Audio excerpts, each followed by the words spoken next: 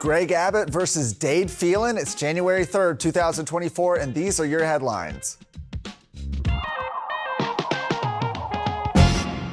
So we're just a few days into the new year, and Governor Greg Abbott is already expanding his criticism of incumbent members of the Texas House, blasting one lawmaker for helping place Democrats in leadership positions. So as we've talked about before, school choice, that's been the top priority for Abbott. He's begun endorsing challengers against Republicans who opposed a plan to create education savings accounts a couple months ago.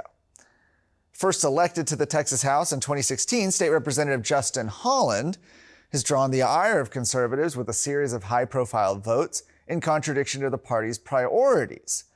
Holland was one of 21 Republicans to vote with Democrats to strip a school choice proposal out of school spending legislation. However, that's not the only time that Justin Holland has bucked the party. He was one of just two Republicans on the House Committee on Homeland Security and Public Safety to join Democrats in voting to raise the age for semi-automatic rifle purchases larger than a .22 caliber from 18 to 21. He was also among the 60 Republican members who voted to impeach Attorney General Ken Paxton. Additionally, and this is important, he voted against a proposal back in 2021 to prohibit Democrats from serving as committee chairs. All of this in totality led the Rockwall County Republican Party to issue a notice to voters in the district informing them of Holland's voting record. They said, "We respect Representative Holland for the good votes he's made on our behalf over the years. However, he's grown increasingly unresponsive to voters in the Republican Party, especially over the last two legislative sessions. He's insulted and belittled local Republican voters and your Rockwall County Republican Party." That letter was signed by the county party's executive committee. How does Abbott factor into this? Well, the notice was shared on social media on X by Governor Abbott, who noted that Holland voted against gun rights and school choice, but voted to put Democrats in leadership positions. This is important. This is the first time that Abbott has criticized Democrats being placed in leadership positions. Speaker Dade Phelan, meanwhile, has embraced placing Democrats in leadership positions. He appointed eight Democrats as chairs of the chamber's 34 standing committees during this most recent session. Before he became speaker, he praised the bipartisan nature of politics inside the Texas Capitol, saying that it's a model that works well and it's not always about Republican versus Democrat or left versus right. Matt Rinaldi, the chairman of the Republican Party of Texas, said he was thankful for the governor's leadership, noting that sometimes it's necessary to state the obvious. School choice is good. Democrats in leadership positions are bad. And ending Democrat chairs, remember, is a priority of the Republican Party of Texas. Now, Justin Holland has two opponents in the upcoming primary election, former Trump spokesperson Katrina Pearson, as well as businessman Dennis London. The governor is not yet endorsed in the race, nor has he endorsed Dade Phelan for re-election.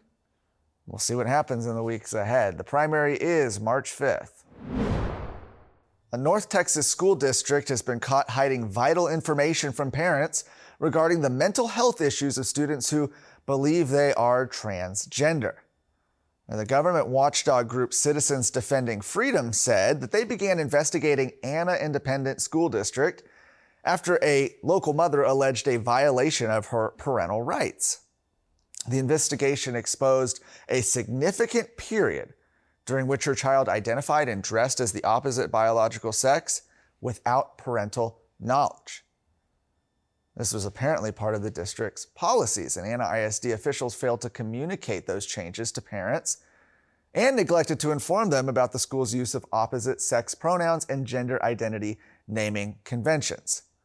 Using public information requests, CDF volunteers found that Anna ISD had adopted the practice of maintaining both a permanent record that includes the student's birth name and assigned sex, as well as a non-permanent record that reflects a name change typically associated with a gender identity transition. CDF's investigation revealed that Anna ISD implemented the non-permanent record practice for pronouns and names without parental notice or consent back in August of 2022. CDF is urging all Texas parents to seek clarity on their local school district policies regarding permanent and non-permanent records, They say especially those related to the concealment of gender identity and other mental health issues that may go undisclosed. The Luke Macias Show is your access to what happens behind closed doors in Texas politics. Listen weekly to me, your host, Luke Macias, as I break down what is actually happening in conservative politics in the Lone Star State, a state that we all love and cherish.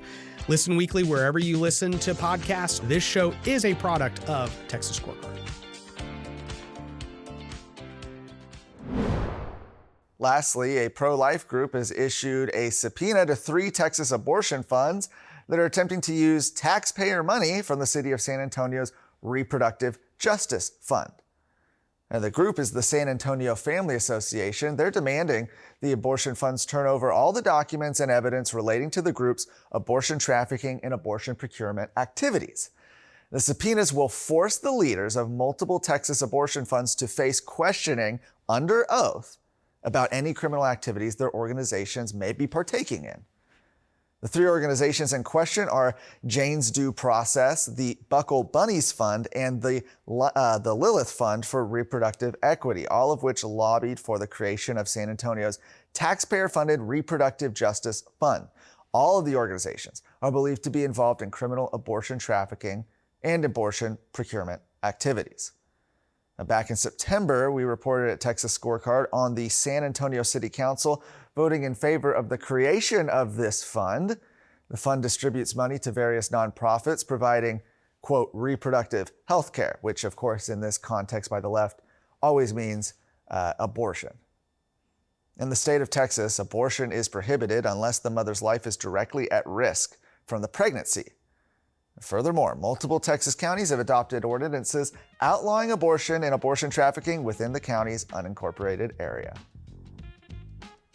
For more of today's stories, head to TexasScorecard.com.